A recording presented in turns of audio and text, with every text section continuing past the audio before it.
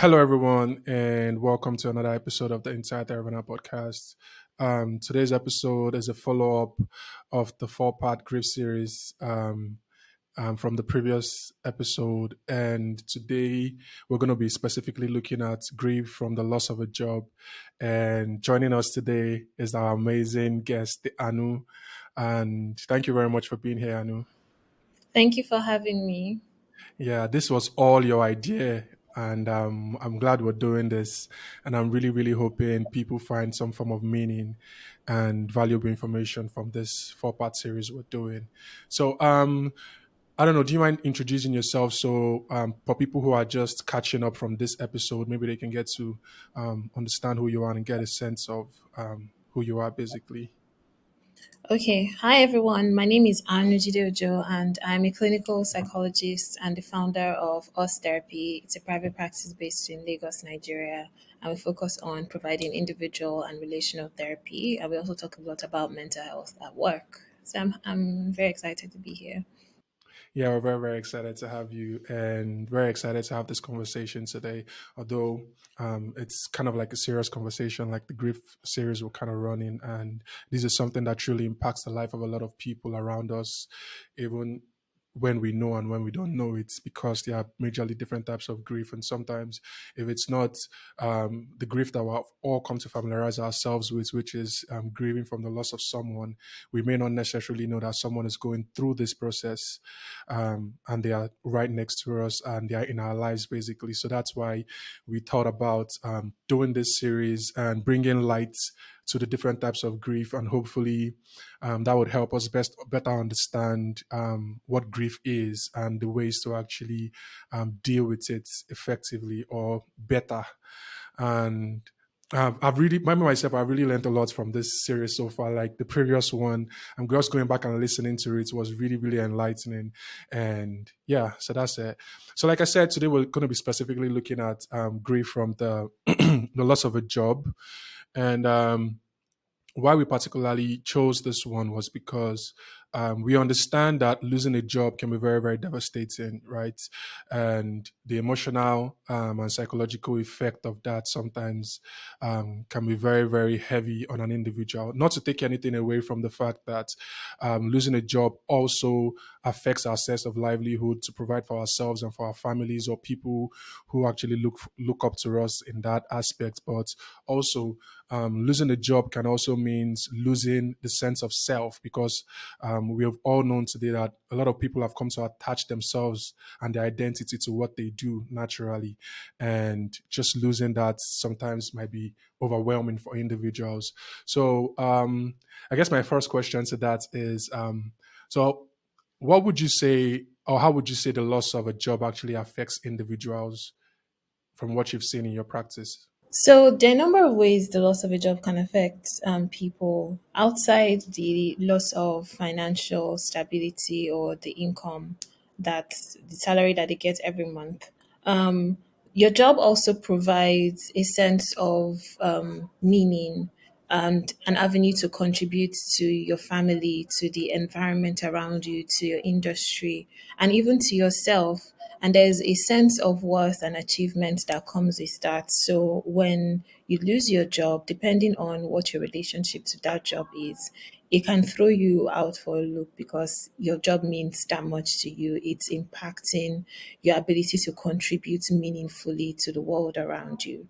And there's also that loss of structure when you're used to waking up at a certain point, going out at a certain point, doing certain things, and all of a sudden you're given all of this free time that you didn't quite ask for. There's a sense of helplessness that can come with that because again, this structure is what like gives like some sort of bones to your day. And again, in depending on where you live, I know that in Nigeria, the more you have, the more the employed you are, kind of influences the type of respect that you get with the people around you, with adults, they know that the kind of respect that their parents gave them when they were 18 or 20 or whatever was quite different, compared to how they were addressed when they started earning a living, contributing to the family, sending money home, and so on. So, like financial independence, it seeps into your emotional wellness and your emotional well being as well. So, when that is affected, a lot of things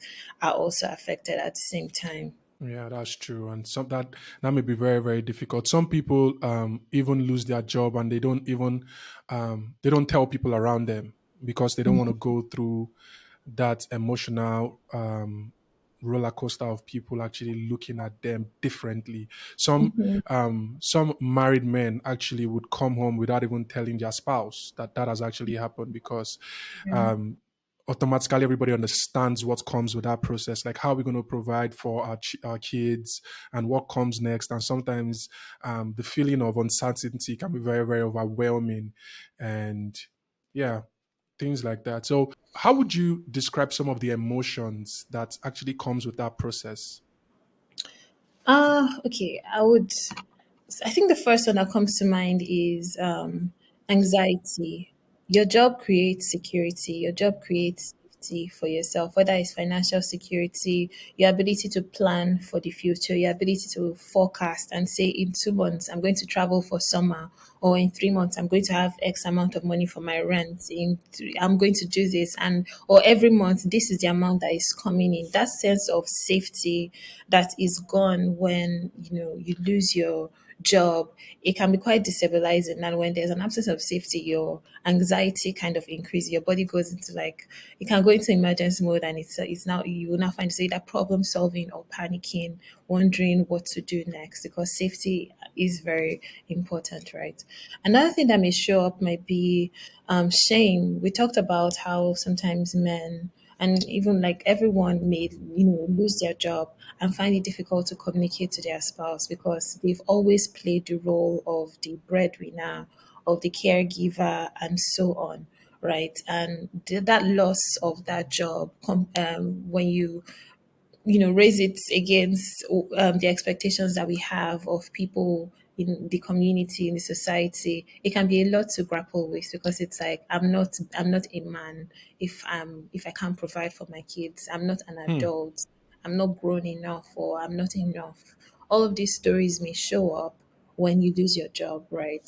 Another thing that may show up may also be like a lot of anger, and anger may be either a side effect of shame, or as a result of the things that you may have lost as a result of losing your job, or you may have lost even while doing the job.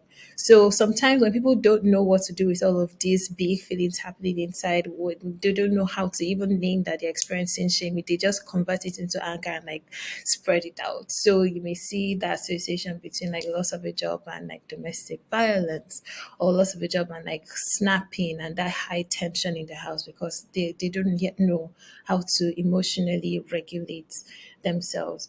And then it may also be like a sense of despair, that absence of hope, because especially now where there is a mass layoff and people within the tech space, it's not just that you lost your job, is that all the people in Netflix, Google, Meta, all of that. So it's like, oh my God, am I entering this market with these same people? What would the competition be like?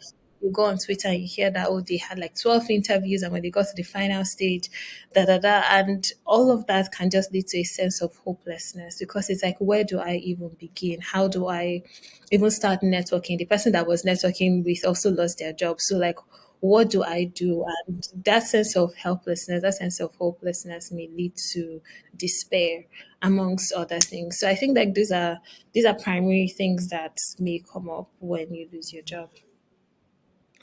Um, yeah, one thing that really, really caught my attention was when you mentioned sort of like anger and transferred aggression, domestic violence, and things like that. I think as adults, or as we continue to grow into ourselves, right, and continue to explore the world and create relationships and build bonds and the rest, I think transferred aggression is one of the things that actually affects us more than we think, right? Or transferred negative emotions or things like that. So I know this is kind of a segue, but I kind of think like it's very, very important for us to get some form of education in this aspect. So how would you describe transferred aggression, and how do you think we can best manage it as individuals so that we can so it doesn't end up affecting relationships we spend a lot of time and effort trying to build over the years? I think like transferred aggression is just anger, emotions, shame, emotions that are typically described as negative. I don't really enjoy describing emotions as positive or negative, but externalizing them without regulating them. So it's like rather than finding healthy and functional ways to interact with your emotions, you're like spreading it out because like you're in that moment, you're at that moment incapable of regulating yourself, of self-soothing, of grounding yourself, of like interacting with these emotions and dealing with like what is showing up for you. So it's like what happens when you don't know how to emotionally regulate? What happens when you don't know how to self-soothe? What happens when you don't know how to deal with uncomfortable emotions? One a side effect of that would be transferred aggression. I popularly hear this saying all the time that hot people hurt people. People who are hot actually tend to hurt other people. So, would you say um, understanding what we are feeling at every given point in time is a very good way to kind of like manage that situation when it comes to transferred aggression? Yes, I would say understanding it, accepting it, and working with it daily. Understanding and accepting, first of all, there's a huge role that radical acceptance plays in regulating your feelings or in navigating uncomfortable emotions. Two people can experience shame, and one person can recognize that this shame is coming from living in a space where having a job is lauded, having a job is you seen as an adult, as a man, as this, as that, and it's like the absence of this is bringing up stories that if I don't have a job, then I am not this. It's bringing up assumptions and rules that may or may not be true. And you may not necessarily get rid of the shame immediately, but being able to recognize it, name it, and take that extra step to accept it, it takes the power away from the emotion itself and it makes you feel a bit more empowered because you're not like hooked to it or fused to it, like we would say. You're now able to observe it as an experience in your body as opposed to you being that experience. Okay. So moving on, we all know, or most of us have actually heard that there are 5 stages of grief, right? So when it comes to grieving from the loss of a job specifically, how can understanding the 5 stages of grief actually help individuals navigate that process or navigate the grief from the loss of a job? I think that it can help you understand or name what you're feeling per time. When you've contributed, say, your blood, sweat, and tears to a company for about 10 years or 20 years, like our parents did back in the day or even now, and you suddenly hear that, oh, because of the new restructuring, blah, blah, blah, we've had to let you go. It may be hard to say, oh yes, I'm now unemployed and it's time for me to start looking for a job, or it's time for me to go into retirement, or it's time for me to start figuring out next step. It may be difficult to sit with. You may find it like, why did they let me go? No, it must not be true. I contributed way too much. All of those, like that feeling, that space sounds like denial, and it's okay because again a lot of things were invested in the last 5, 10, 20 years that your mind needs time to adjust to this sudden reality. Same with like anger, bargaining, depression, acceptance. It will help you name where you are per time and communicate with the people around you also. So when they're asking and they're checking in on you, you're able to say what you're feeling and they're able to show up for you. Yeah, that's true. So when it comes to coping, right, with that process, coping with the grief from the loss of a job, what are some strategies that I can actually help reframe the situations for individuals to help them better understand what's going on, and even maybe find opportunities in that kind of like despair, or find opportunities in that painful process? I think one, I would say allow yourself to feel your feelings in the sense that if you need to cry, if you need to go to the gym to like punch something out, if you need to journal, if you need time and space, give yourself that. Don't be in a hurry to get over what you're experiencing because again, while people may say that it's just a job, different people's relationship with their job, it differs over time, and how a founder would grieve the loss of a company that he strongly believed in may be quite different from how someone that is a breadwinner of a family will grieve the loss of all the dependencies of that like all the people depending on him for a source of income or whatever. So like just allow yourself to feel your individual feelings without saying that, oh, say 50 people or 5,000 people or 1 million people are also experiencing the same thing. You don't have to invalidate your feelings because 100,000 people are experiencing the same thing. Your own unique experience matters too, right? And then two, I would say find community. There is something about finding somebody else that is also in the same space with you, that uniquely understands where you are, what you are experiencing, and that would understand when you're hopeful, that would understand when you're in despair, that would understand when you're overwhelmed, that can laugh with you and shoot the breeze with you, but at the same time say motivate you and send you links that you should apply and do the interview prep with you and all of that. Like find people and be in community with them. This one is also important because grief has a way of isolating people, and it will Hmm. tell you that you are alone in this experience. Like your experience is an individual one and it's unique and it's affecting in a way that it's not affecting another person. But are you alone in that?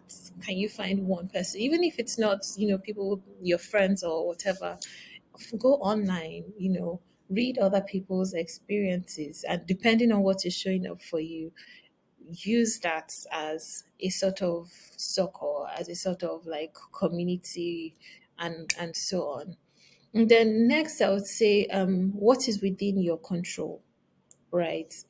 Sometimes we focus a lot on, the waiting. The waiting part can be very exhausting. You wait for them to confirm that you sent in your application. You wait for them to book an interview. You wait for the result of the interview, and depending on where you work, you're waiting for the next step to come in, and it's exhausting. So, what is within your control while you wait? Does that sound like reading more? Does that sound like upskilling? Does that sound like spending time with your family? What would make you feel empowered while you wait? What would make you feel, what would like reduce that sense of helplessness while you wait? Like what is within your control generally? Does that mean, following up with people? Every time you have that sense of like hopelessness, that helplessness, like, oh, there's nothing more I can do, zoom in to find the one tiny thing that you can do within your control and do that. That may be even more empowering than like waiting on the big news that is left on the hands of another person, right? What else would I recommend? And if you have access to like resources, I would say like go to therapy to talk about what you're feeling, because again, a job these days, it's not just a job. A job can be like your passion. A job can be something that gives you a sense of meaning. A job can be your baby. A job can be something that you have invested years and years and years of your life in. So if you need help, navigating what the loss of that job means to you, that is okay. It doesn't make you any any less of a person or weak or anything else. And even if it means that you're weak, what is wrong with that? Really? Right. So get help whenever, if you have access to resources to do that, I would say go for it. Yeah, that's very, very important. And thank you very much for pointing all of that out. So self care is another thing, right? And I think before we even jump into this, I've always wanted to understand what self care means from the clinical term, right? Because um, there's this everybody kind of have their own meaning of self care, and sometimes people refer to self care as so many things that can be sometimes confusing for individuals, right? So from the clinical term, what is actually self care and what does it really mean? I don't know if I'll call self care a clinical term. Okay. It's more of a wellness term, but it's not Okay. necessarily a clinical term. So I would say self care is like a good way of balancing how you show up for yourself with how you show up for other people. Right. So in a lot of situations, we're used to showing up for other people, for saying yes to other people, for giving our time and our resources and all of that to other people without first checking in on how it impacts us, on how it impacts our mental health, our physical health, and emotional health, our financial health, and so on. So when you start practicing self care, you're balancing how you show up with other people and counting yourself into as a part of the people that you are caring for. You're counting yourself in as a part of people that you are prioritizing. You're recognizing your needs and then you're learning the skills necessary to meet those needs. So if you notice that your financial health needs help, self care in that moment might mean budgeting, it might mean being more assertive, it might mean learning some financial tools and so on. It might mean, cooking and all of that. Financial health may also mean splurging on yourself because like it also means like building a healthy relationship with money and seeing money as a tool, not just as something to stash and hold away, but something that can contribute to your sense of wellness and safety. So self care is like a general term of like what you do to show up for yourself and all the skills that you need to learn to make showing up for yourself easy. Yeah, thank you very much. I think this is the most detailed kind of explanation I've ever heard about self care and understanding what you just explained right now. How does this now help individuals during this process of like job loss grief? Because we initially talked about the importance of finding a community and integrating yourself in the process with that community. So to help you navigate that process of helping out for interviews and seeing people who have actually coped with this particular situation before and how they actually overcame it. So, understanding what you just said about self care right now, how can this be integrated into the process of that job loss grief, like when someone is trying to cope with it and even overcome it? Awesome. I think that it looks like different things to different people. From the jump, I would say it means creating your own sense of structure and routine. Because when you're employed, especially if you have like a 9 to 5 or whatever, you know that you wake up and then at some point you dive into work and your job creates the structure for you. Your job creates the structure for you, but self care can mean creating that structure for yourself. It means that you wake up, you're designing your day in a way that works for you. You're designing your day um, in a way that sparks joy for you. You're designing your day in a way that is compassionate with yourself, in a way that is collaborative with yourself, right? So it sounds like setting up the structure creating the structure that your job used to provide. It may also sound like setting boundaries with the people around you because sometimes people's relationship with loss it can be very weird. Sometimes it may mean that you tell your mom that hey, when your friends visit, they don't need to know about my job if I'm not sharing it. I would like to be the one to share about my job status when I am ready. And she may be like, oh no, I'm just asking for it. Like, I appreciate that. But again, I would like to be the one to share when I am ready. That is like assertiveness and you like standing up for yourself and being in control of the narrative that you want to tell about your job. Right. And it could also mean, setting like financial boundaries, like when your friends are going like, oh, let's go to dinner and this and that and that. And it's like, yo, I want to spend time with you, but I'm currently, in between jobs. Can we find an option that is more affordable and also just as fun for both of us? Right. And so that's that. So those are like the things that you can install as self care for yourself. Self care can also be going to therapy as well, and just like talking about what you experienced that day and how grief showed up for you that day. It can be journaling and recognizing the secondary loss that you've had as a result of losing your job. Secondary loss can be, oh, if you used to go to the spa every Saturday, you don't have that, you may not have that luxury, temporarily, and that may bring up feelings for you. So how do you process that, and how are you even creating alternatives that is just as relaxing and enjoyable for you? That's also self-care. Yeah, awesome. Really, really nice. I like that a lot. I'm very sure that that would help people a lot. I know it's something I can actually involve in my process, whatever process I'm actually going through, just truly understanding what self care is basically. And the reason why I particularly ask how self care can be effective during this process is you talked about earlier on how the process of waiting can be very, very overwhelming for a lot of people, right? You're waiting for the first stage of the interview, the second stage, and all of those things, right? And no better time than that time for self doubt, right? To actually creep in, right?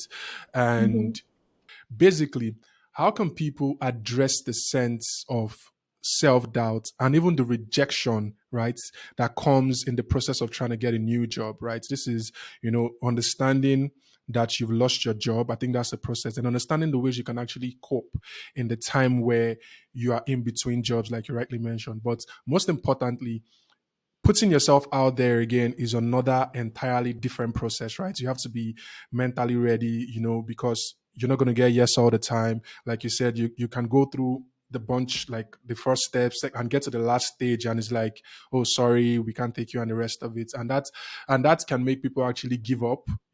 Sometimes, even if they are qualified for something, they don't even want to put themselves through that process of maybe I might get rejected, because the sense of rejection sometimes for a lot of people can be very, very, demoralizing and the rest of it. So, how would you best advise people to actually address that sense of self doubt and rejection that comes with the process of actually trying to find a new job after experiencing the loss of a job? Hmm.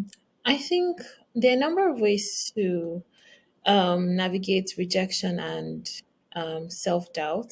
I think the first one would be to include it as an experience to expect, as opposed to Mm, it be something that other people would experience it and I would not experience it at all. Especially like knowing that I know that with all of the employment stories I've heard, they would say something like, "Oh, I applied to 20 jobs, I got interviewed at 4 jobs, and I got 2 jobs." So that means that 18 rejections came in. So I would say one, normalize rejection. Not that you don't have to internalize it.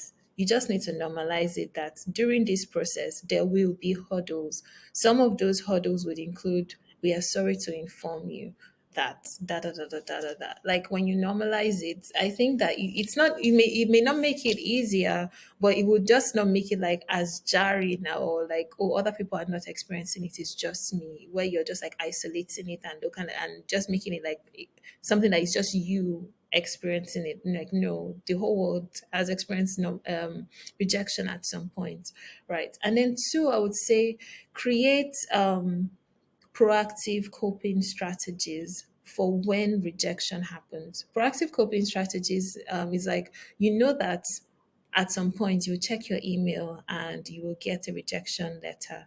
What will you do to soothe yourself when that happens? What would you do to salve the wound when that happens? What would you do when those thoughts show up? What would you do when like you have those stories about yourself that, oh, I'm probably not good enough? That may sound like I would immediately jump on a call with my friends and instruct them like, when I call you at 5 p.m., it means that I just got a rejection and I need you to like remind me. It may mean writing a letter to yourself ahead of time to remind yourself about like your qualifications and the things that you have done and so on. It may mean, holding yourself, rocking yourself back and forth, taking a deep breath, and just like allowing the feeling to wash over you and pass, because you know that this emotion is temporary. This feeling, this situation is temporary. You just need to feel your feelings and let it go. So it's like, what do you need? What has worked for you in the past?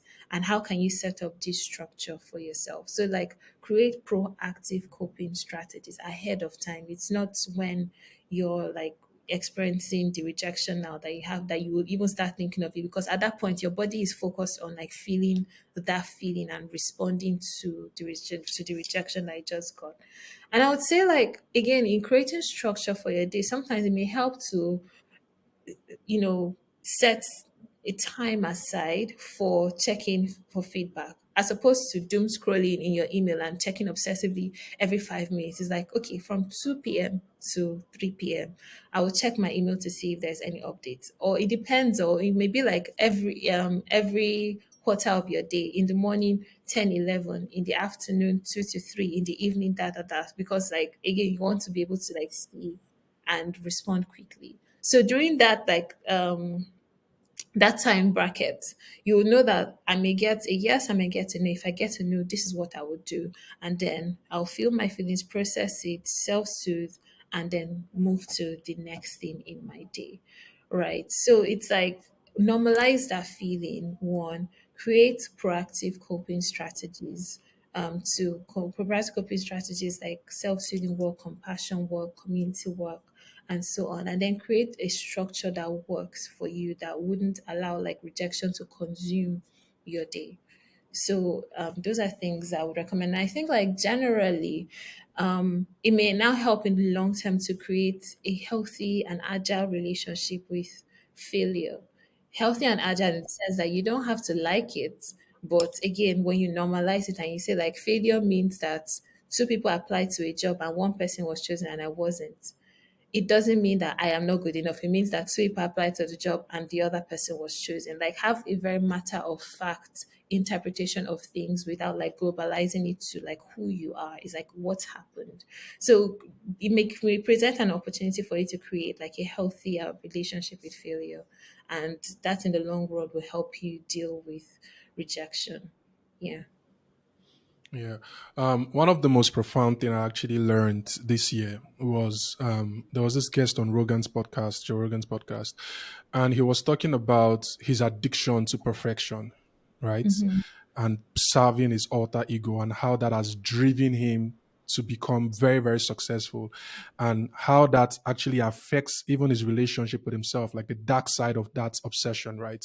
Because when somebody is obsessive about, being perfect, getting everything right, the society doesn't really see that as a bad thing, right? We promote that, right? We push that forward, we celebrate that, and we don't think about the obsessive nature and how it actually consumes those individuals and the effects it might have on people that are around them. And he talked about it got so bad to the point where he had to check himself into a mental health institution, right? And one of the most profound thing and the thing that helped him the most during that process was it was this little exercise of whenever you're angry at yourself, like you're experiencing rejection, like you just talked about, or you didn't ace a test, or whatever thing happened that day that has gotten you very, very, annoyed and the rest of it, just pick up your phone and you record a voice note, like you're talking to. Like he said, the exercise is as simple as you have a friend or a family who you truly care about, right? And when they are experiencing something like that, right, just think of yourself as your friend and look into your friend's eyes. And what would you say to them at that particular moment? And he realized, he started saying things like, oh, um, maybe he's actually shooting, right? There is shooting an arrow, right? Is in practice shooting the arrow. And he keeps missing the mark, right? And now he's annoyed at himself. He's like, why can't I get this and the rest of it? So why don't you just say, oh, maybe because I exercised, I went to the gym earlier on this morning and my hands are actually weak from pushing too much heavy weights. And, or maybe the weather today is not really right. And that affects, your marksmanship, which is actually true. But you don't think about all these things when it's just you being hard on yourself. And that simple exercise, he found himself doing it up to 5 times a day on different things, right? That he's doing during that day. And he talked about how that experience and how that little experiment is very, very helpful, and it helped him a lot because when you go back, and he said they instructed him to like send those voice notes to them, right, to the professionals that were actually taking care of him at that particular point.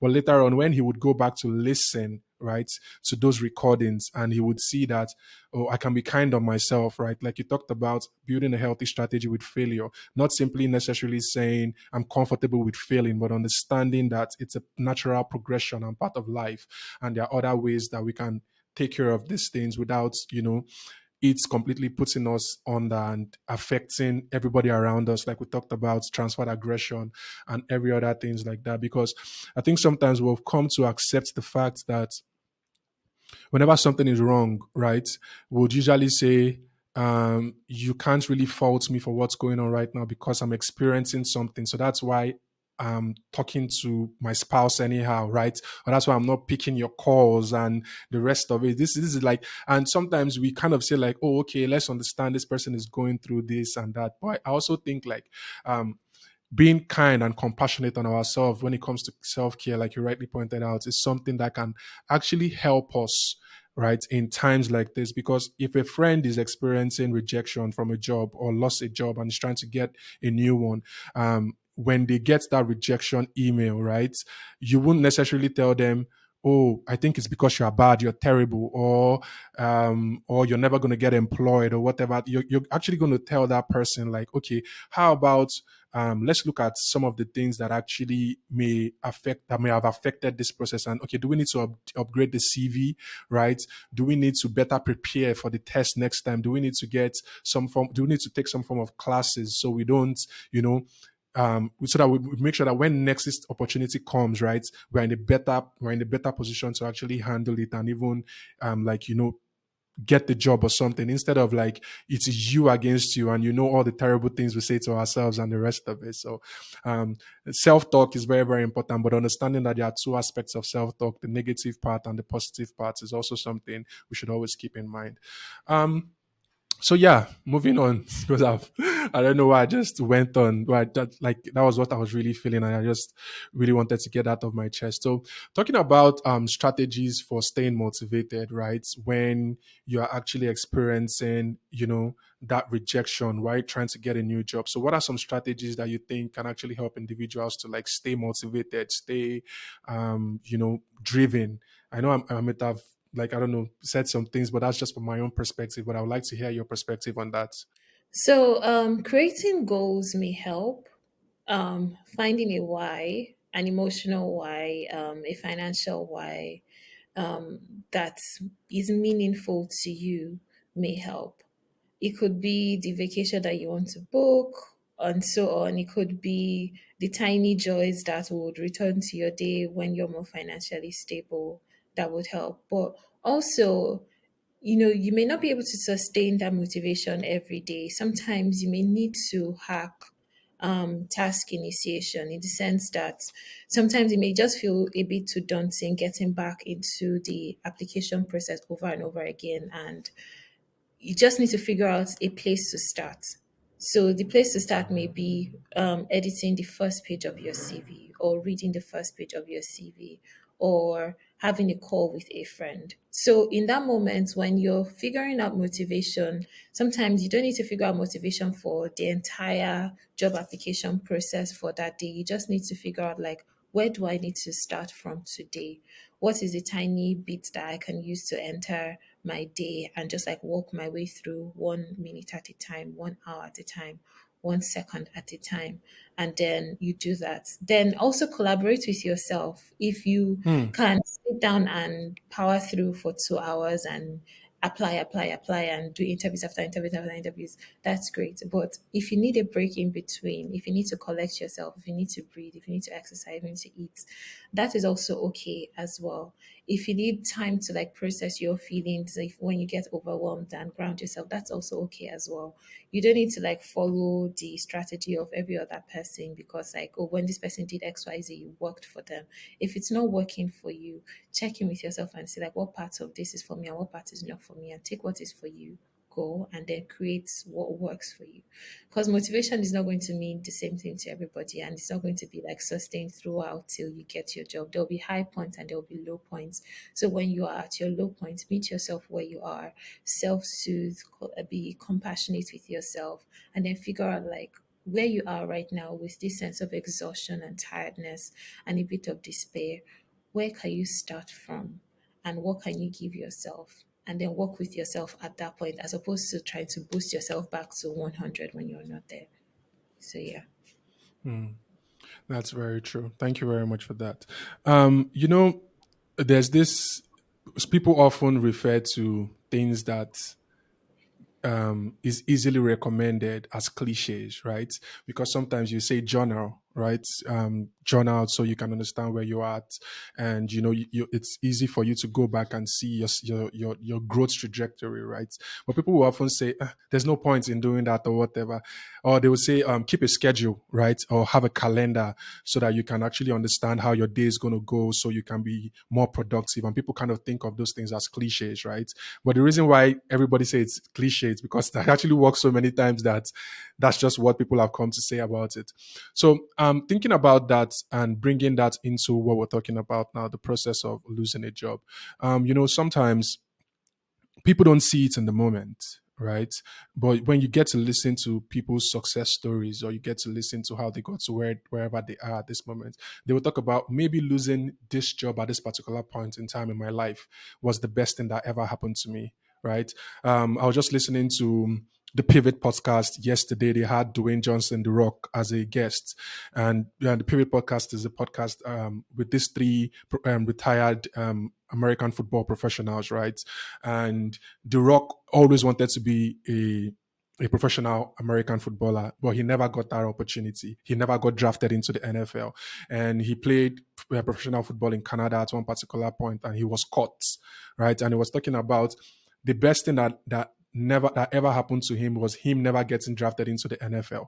But at that particular time, he didn't see those things. He didn't think about it, right?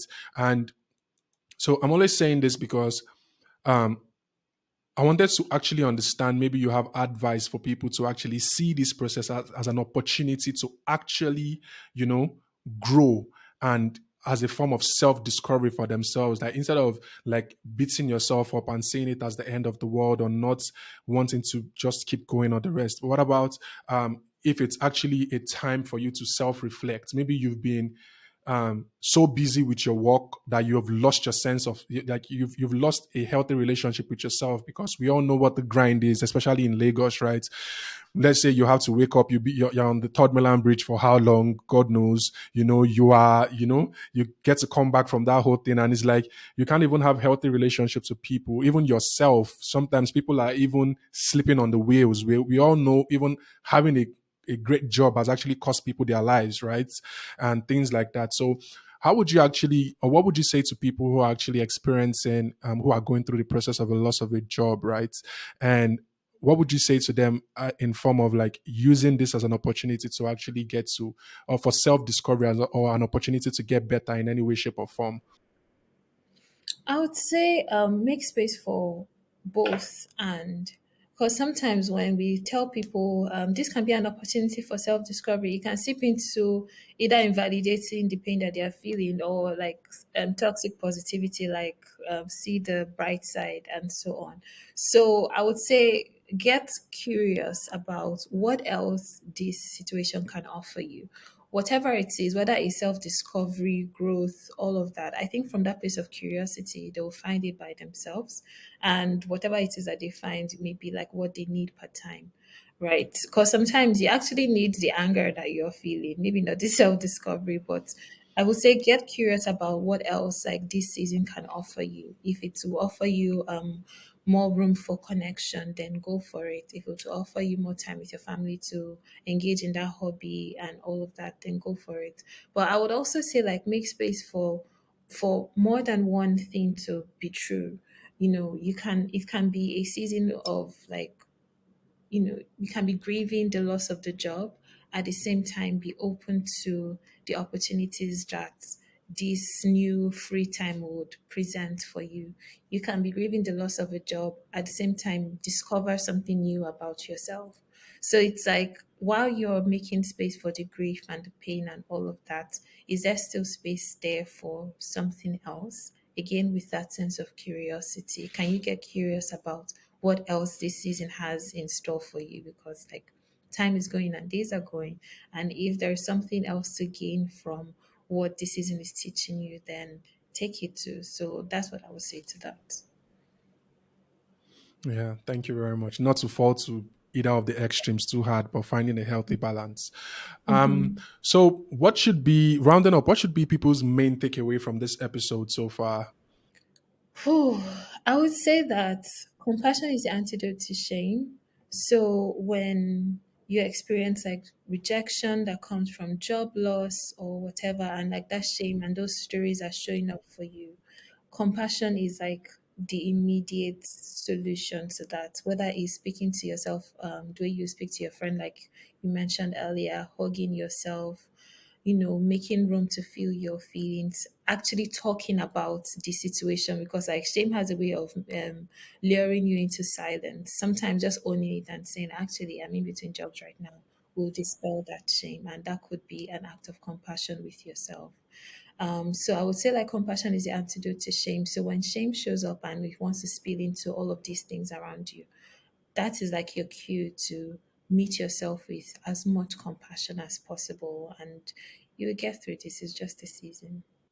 Amen to that.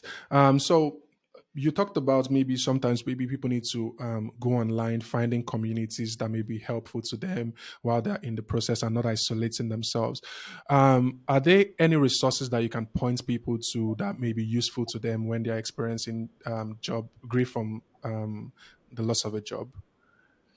Oh, off the top of my head, none comes to mind. I think that Twitter helps. As interesting as that platform is, I've seen people Hmm. type what they're feeling and then have a community of supporters swarm them and like reach them where they are. So good old fashioned Twitter may be the way to go. Yeah, fair enough. And people who may think they need that support, like you talked about when it comes to self care and therapy, might actually be a form of self care. You have a private practice yourself. So, how can people actually find you and reach out to you just in case they need your services, or even if it has to do with any other form of therapy apart from the specific one we're talking about today? Sure.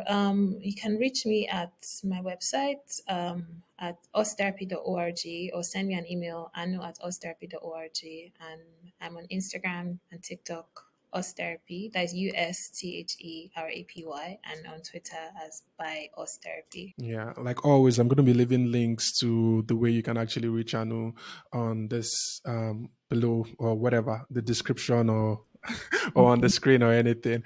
I would also encourage people a lot to actually go to Us Therapy on Instagram because I know you put out is it weekly or is it like every other day you put out content about self care, mental health, like very very positive and practical content of how that meets people um that speaks to people a lot. I know it speaks to me because I'm always, I haven't turned on my notifications. Oh, I'm always yeah, I'm serious.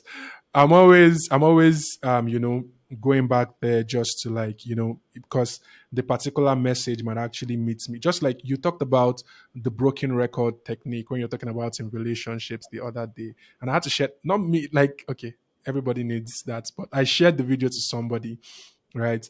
And she was very, very appreciative because in her mind, she actually thought, I don't have to repeat myself all the time. If you truly care about me and you love me, come on, you don't tell me you shouldn't, like all of that. And that content, it really, really like, you just poured cold water and all that. it's I'm serious. Like people should go check it out. Us Therapy on Instagram. Like there's a lot of useful and practical content there. And yeah, Anu, thank you very, very, very much. I truly, truly appreciate what you're doing for us, our platform and keep going. We're rooting for you like always. And the next one we're gonna be recording, it's a 4-part series. So I don't know, stay tuned. You're gonna be getting the topic for the next episode. And yeah, any other thing you want to say as we round up, Anu? no, I think I'm good. Thank you so much for having me today. Yeah, thank you very much. Yeah, do take care of yourself and enjoy the rest of your day. You too.